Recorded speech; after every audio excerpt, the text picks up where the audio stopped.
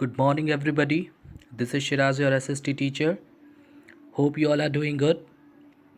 In previous class, we had completed Geography Lesson 5, Water. Hope you all have completed your work sincerely.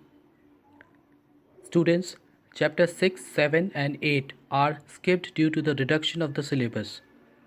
So, from today, we shall start with Geography Chapter 9, Life in the Temperate Grasslands.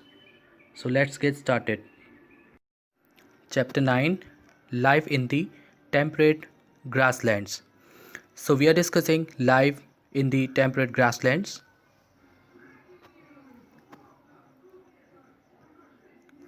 So just as forest can be defined as the place where trees are the main type of vegetation, grasslands can also be defined as a region where grasses form the dominant type of plant life. 1/4, that is a quarter, of the total land surface of Earth is made up of grasslands. So these are the types of plants that grow here. Depends on the climate and soil. As climate plays an important role in the formation of these grasslands, it is divided into the world's grasslands divided into two broad categories: temperate region and tropical regions. The prairies.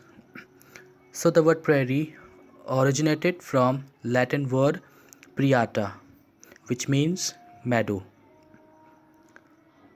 This is a prairies. So the temperate grassland of North America are known as the prairies. Generally it is flat, gently sloping or hilly land. Prairies are mostly treeless, but near the low-lying plains or flanking river valleys, woodlands can be found. So tall grass up to 2 meters high dominates the landscape. So we can call actually as sea of grass. The prairies are bound by the Rocky Mountains in the west and the Great Lakes in the east. So we'll see about that in USA and Canada. In the USA, the area is drained by the tributaries of Mississippi, and the Canadian prairies are drained by the tributaries of Saskatchewan. What is called Saskatchewan rivers. So these are rivers basically. So this is the prairies.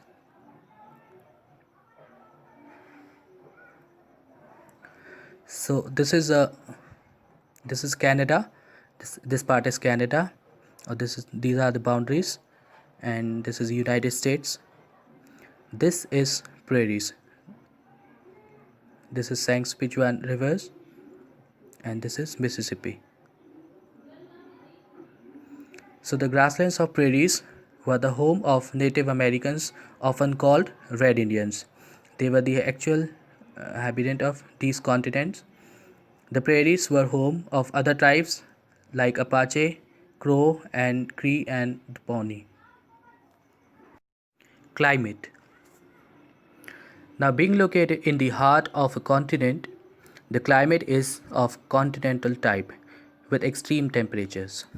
Summers around 20 degrees centigrade, winter minus 20 degrees centigrade. This is recorded in Canada. In winters, a thick blanket of snow covers this region.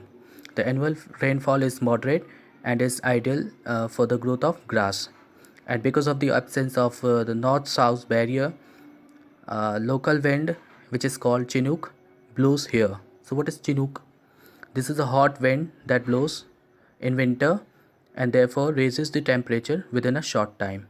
This increase in the temperature results in the melting of snow and making pasture land available for grazing of animals.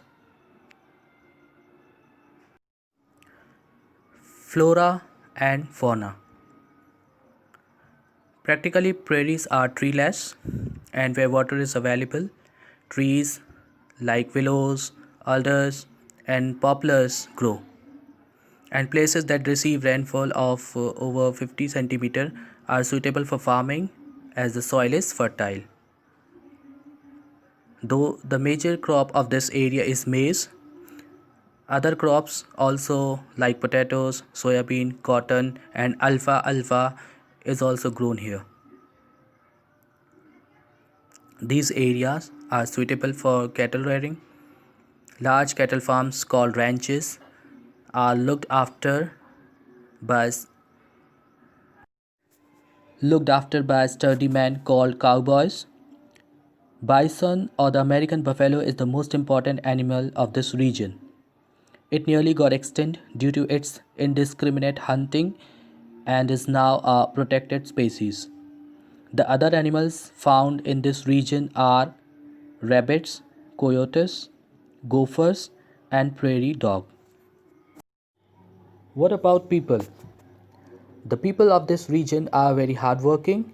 They have successfully harnessed technology to utilize their rich natural resources. Two of the main developed countries in the world, the USA and Canada, are located in this region.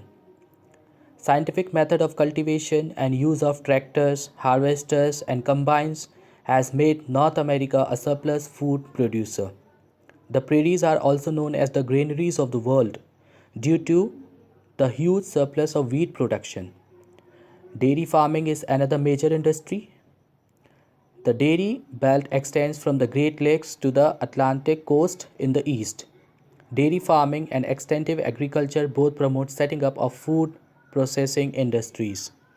Large mineral deposits, particularly coal and iron, and a good network of roads, railways, and canals in this region have made it the most industrialized region in the world. So, important cities in the American prairies are Chicago, Minneapolis, Indianapolis, Kansas, and Denver. In the Canadian prairies, the important cities are Edmonton, Saskatoon, Calgary, and Winnipeg.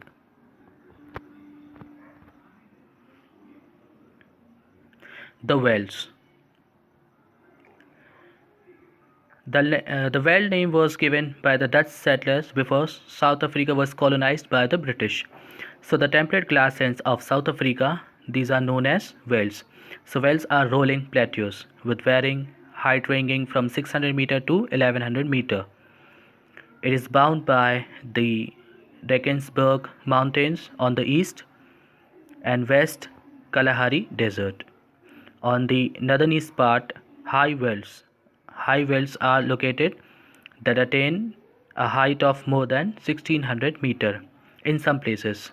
So this is the map of Africa.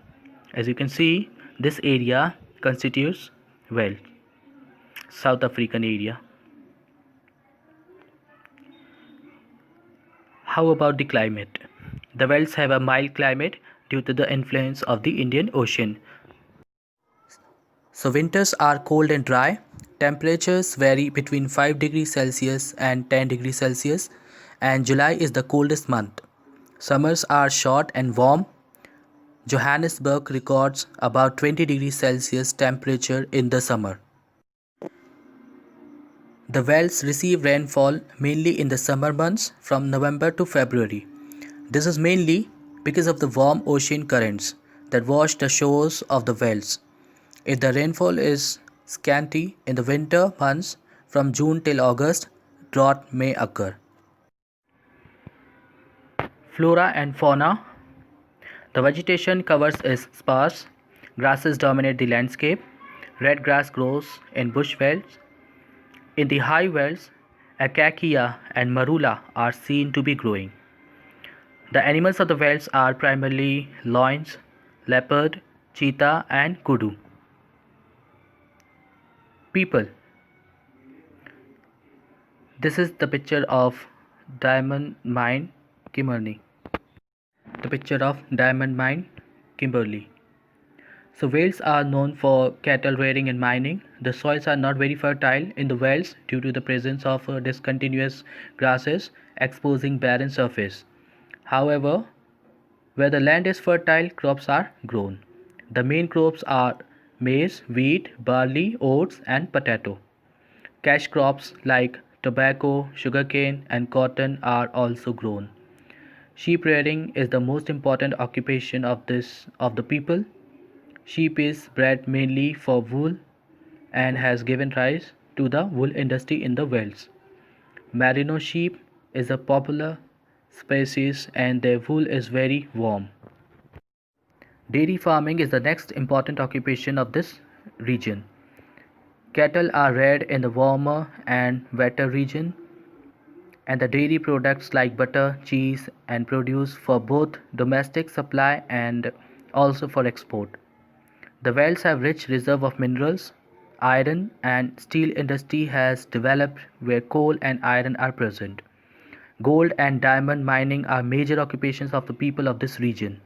Johannesburg is known for being the gold capital of the world. Kimberley is famous for its diamond mines.